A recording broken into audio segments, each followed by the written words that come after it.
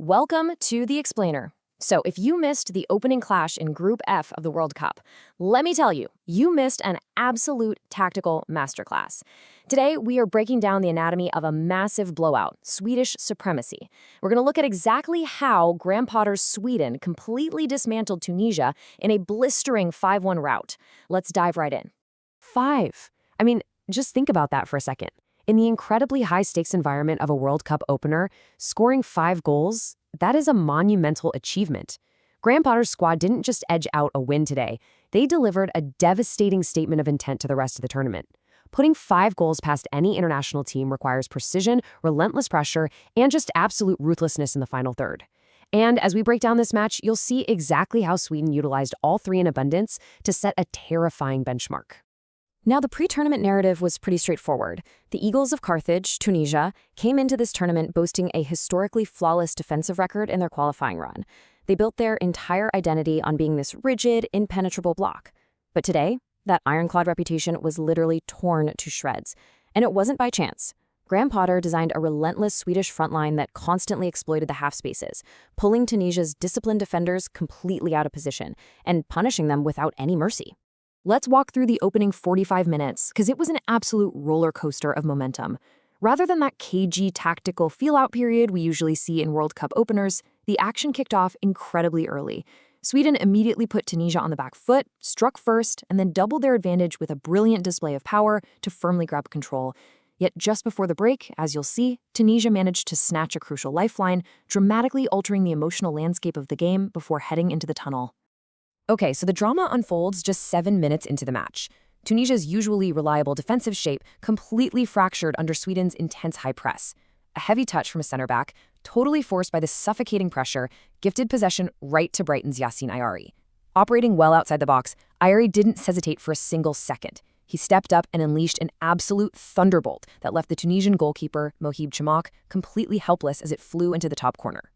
But there's actually a fascinating human element to that early breakthrough. While the Swedish bench was going absolutely wild, and rightfully so for such a stunner, Ayari's reaction was totally different. He kept his celebration incredibly muted. Why? Out of respect for his Tunisian heritage. It was just a really profound, quiet moment of respect right in the middle of a massive sporting clash. Honestly, it's these kinds of layered stories that make the World Cup so compelling for us to watch.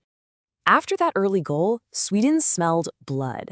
They didn't retreat into some defensive shell to protect the lead. Instead, they kept their foot slammed on the gas. Around the 30-minute mark, a devastatingly fast counterattack caught Tunisia transitioning, launching Alexander Isak down the left wing. Isak isolated the fullback, sliced inside onto his favored right foot with a brilliant dynamic run, and let it fly. Goalkeeper Chamak actually managed to get a hand to the shot, but the sheer power of Isak's strike carried it right through into the net. 2-0.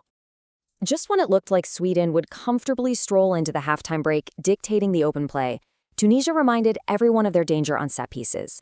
Hannibal Mejbri whipped in a beautifully teasing cross directly from a dead ball situation.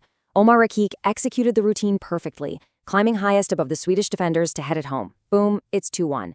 That goal injected immediate belief right back into the Tunisian squad, shifting the momentum and setting up what felt like real hope for the second half. Coming out of the locker room, Tunisia's manager surely made some serious tactical adjustments, likely attempting to drop into a lower block to neutralize Sweden's pace in behind. But whatever blueprint they drew up at the break, it completely evaporated in the 59th minute. This was the moment of a total defensive meltdown for the Eagles of Carthage. It was the absolute climax of the narrative, the exact moment where the game, and perhaps their tournament hopes, truly slipped away from them entirely.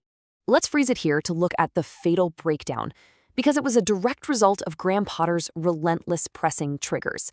Elias Skiri received the ball right on the edge of his own penalty area and instantly fell into a Swedish pressing trap. He made a catastrophic error and got picked absolutely clean by Alexander Isak. But instead of forcing a difficult angle for a shot, Isak showed incredible unselfish vision. He just calmly rolled the ball across the face of the goal. The Arsenal man, Victor Gyökeres, had anticipated the run perfectly, made no mistake, and blasted it home to restore Sweden's 2-goal cushion. That Gyökeres strike was basically the dam breaking. From there, the final 30 minutes were just a relentless Swedish onslaught that definitively sealed Tunisia's fate. The structure of this half became a literal masterclass in a team keeping their intensity high even when the result was completely beyond doubt. They added a fourth goal to completely deflate the opposition, and then pushed deep into stoppage time to find a fifth, proving their absolute ruthlessness. Trailing 3-1, Tunisia just ran completely out of steam and ambition. Their tactical shape disintegrated. This allowed Graham Potter a pretty rare World Cup luxury, rotating his squad to keep legs fresh without dropping an ounce of intensity. Sweden's incredible depth really shone through as substitute Mattias Svanberg found the back of the net in the 83rd minute. Adding a bit of modern football theater to the blowout, there was a dramatic, almost comical delay for a VAR offside check, because of course there was. But ultimately, the goal stood, pushing the scoreline to a commanding 4-1. And to put the absolute icing on the cake, we have to talk about how this match ended. Deep into stoppage time, Yassine Ayari struck again. Now, this wasn't some simple tap-in against a defeated team. It was another sensational, rasping drive from the edge of the box. It provided a beautifully poetic symmetry to the match, right?